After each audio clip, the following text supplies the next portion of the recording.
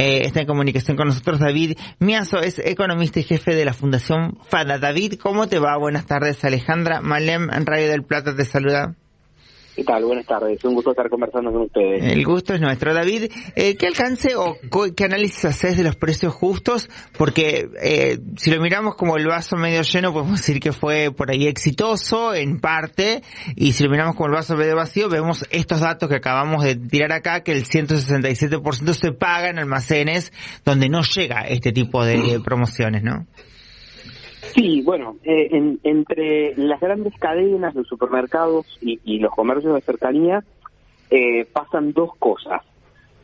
Una, la relacionada a los precios justos, que muchas veces en los programas de controles de precios o de acuerdos de precios no llegan por distintos motivos. Uno de ellos es que los márgenes con los que operan los comercios de cercanía más chicos no dan como para entrar en los acuerdos de precios, o el gobierno tiene menos poder, porque muchos de estos acuerdos no son tan voluntarios, sino que el gobierno medio que obliga tanto a las empresas productoras como a los supermercados a entrar en estos programas, entonces no tiene la capacidad de hacer eso con miles de comercios de cercanía. Uh-huh. Y tampoco llegan las fiscalizaciones, y además se suma otro factor, que es que muchas veces muchos de todos estos comercios de cercanía, sobre todo si hablamos de almacenes de barrio y ese tipo de cosas, en realidad tienen un actor más en la cadena. Un intermediario, claro. Exactamente, tienen un mayorista que claro. están en cadena de supermercado, tratan directamente con las fábricas, mientras que los comercios de cercanía tienen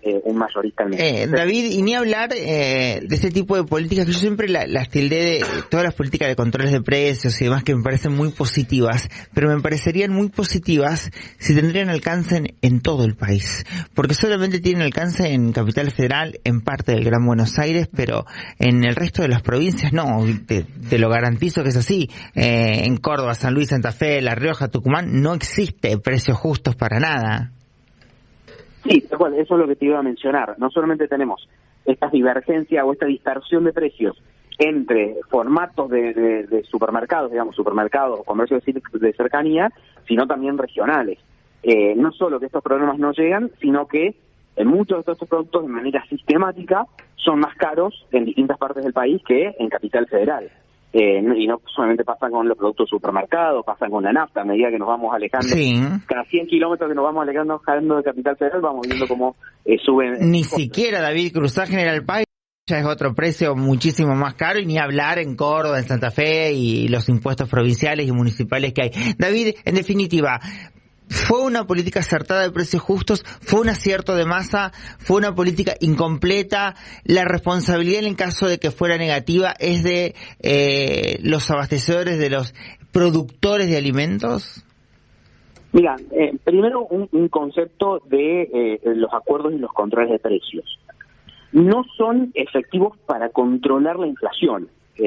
Estos acuerdos de precios, ni ni los anteriores, ni en Argentina, ni en ninguna otra parte del mundo, ni históricamente tampoco, han servido en ningún momento para controlar la inflación. ¿Por qué?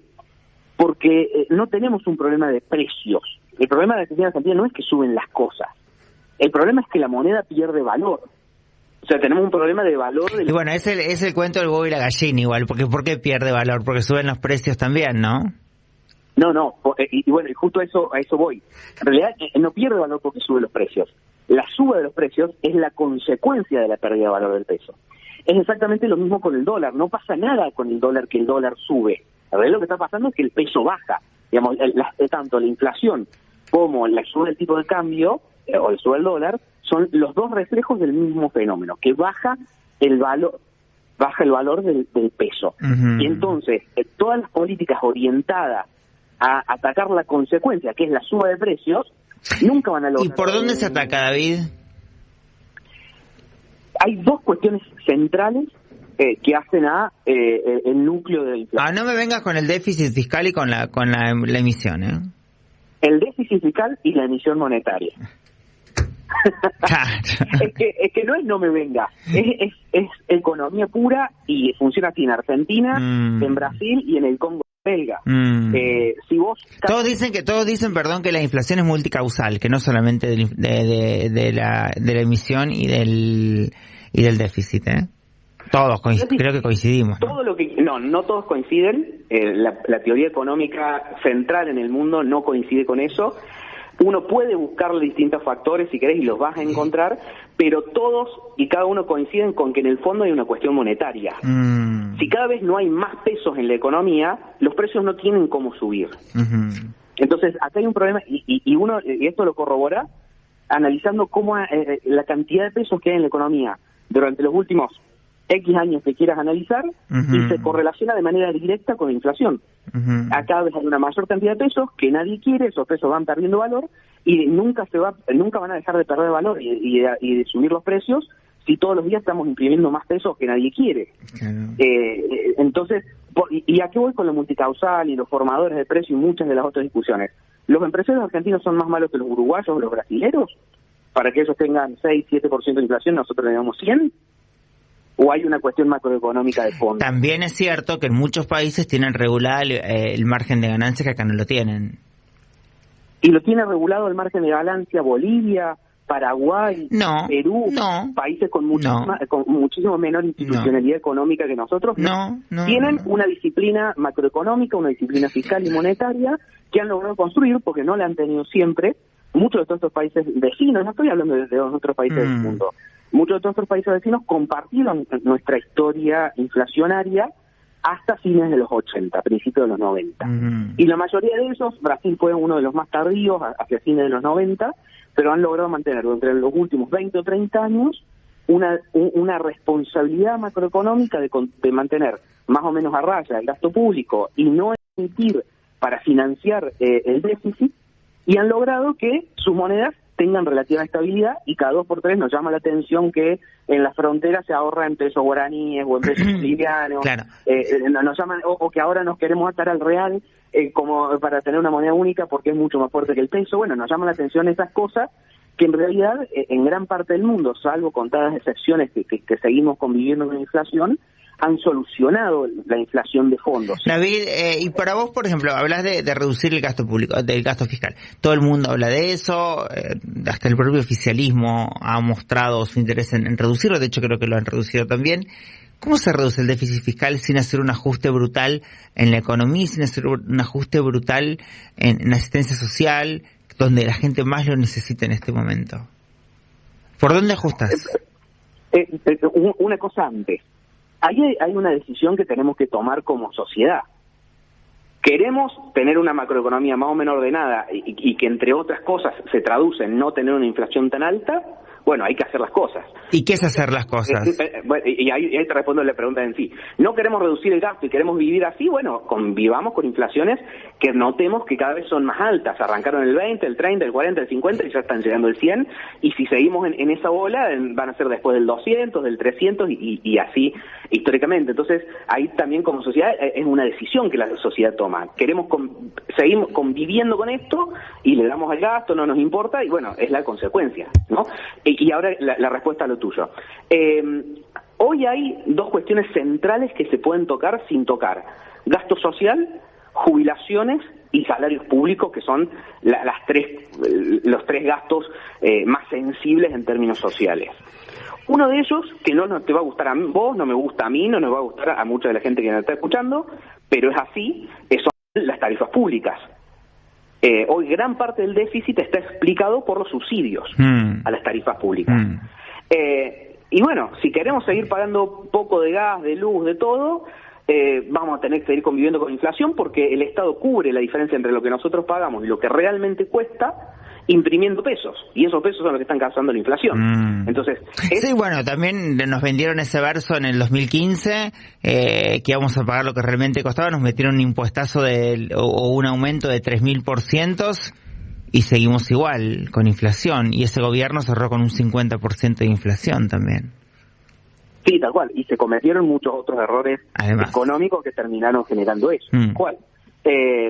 Así que, bueno, una es esa, y la otra es el gasto de la política, que eso nunca se ha tocado. Hemos visto a la política reducirse o ajustarse el cinturón a sí misma, ¿no? Sí. Siempre nos piden todo el esfuerzo a nosotros, ¿no? Y eso también tiene que venir de la mano, porque si vos a una sociedad que ya tiene el poder adquisitivo muy debilitado, en los últimos 5 años hemos perdido casi un cuarto de nuestros salarios, o sea, dicho en otras palabras, si podíamos comprar 4 kilos de algo, hoy podemos comprar 3, quienes tenemos la suerte de tener salarios, claro, ¿no? Claro. Entonces, a una sociedad ya empobrecida, con más del 40% de bajo el nivel de pobreza, y le seguís pidiendo esfuerzos, como por ejemplo, pagar lo que vale producir la luz, el gas, etcétera, bueno, la política también tiene que mostrar... En eso coincidimos en algo, ¿ves? En eso coincidimos. Me gustaría que venga de columnista este programa, ¿sabés cómo nos agarraríamos todos los días, no? Oh, lo que sería. Me encantaría, tenemos que decir la aventura que lo trae de columnista, David.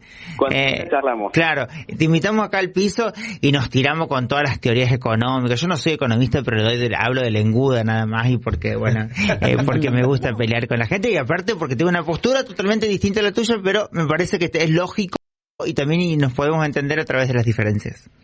No, y lo cierto es que todos vivimos en un país complicado en términos económicos, que históricamente ha vivido de crisis en crisis. Entonces, más allá de la gente que no tiene nada que ver formalmente con la economía, ha aprendido economía a la fuerza. David, a mí no me llames de improvisada, porque si me estás chicaneando de esa manera, yo te voy a decir, si te está escuchando Milei, te va a llamar para que seas ministro de Economía. Te hago una pregunta, para David. que lo estoy chicaneando, David. Bueno. Lo que iba es que todos hemos aprendido conceptos económicos para sobrevivir también a nuestro país. Vos le preguntás a mi abuela y te da mejores consejos de cómo ahorrar y qué sé yo, que yo mismo que soy economista. Claro. Bueno, ahora te habla el patrón. David, te hago una pregunta, ¿cómo te va? En todo este tema de los precios cuidados o los precios justos, ¿qué lugar tiene el campo? Porque el campo genera la materia prima para algunos de los productos, otros no sé. Digo, el tema del dólar, esas retenciones que hubo, ¿cómo está el campo ahora y qué injerencia tiene en la economía actual? Bueno, hoy justamente estamos en una coyuntura compleja por la sequía, ¿no? Que ha pegado y está pegando de manera significativa en la producción de granos, en la producción de carne, en la producción de leche, en algunas otras economías regionales que no manejo tan bien, pero estamos en un contexto complejo donde todos esos efectos se van a sentir económicamente este año, lamentablemente. Van a faltar entre 10 y 15 mil millones de dólares de exportaciones agropecuarias, lo cual en un país donde ya están faltando los dólares, ya en el 2022 tuvimos muchas presiones cambiarias, va a generar que las presiones cambiarias, las restricciones a las importaciones, todo ese tipo de cosas estén a la orden del día durante todo el año, y también va a ayudar a sacarle un par de puntos a la actividad económica, digamos. Okay. Probablemente entremos en recesión por la gran sequía que estamos viviendo. Ay, David, no seas tan alarmista, no tires esos títulos al final de la nota, por favor. Recesión tiró últimamente, pero sabes que no me voy a colgar con vos. Tenemos que ir a la tanda, David. Te invitamos otro día, seguramente en el piso o por teléfono, y seguimos hablando. Ha sido un gusto hablar con vos, David. Muchísimas gracias. Lo mismo digo, muy buena tarde. Un abrazo. David Miazo, economista y jefe de la Fundación FADA, que pasó por el Ventura Show.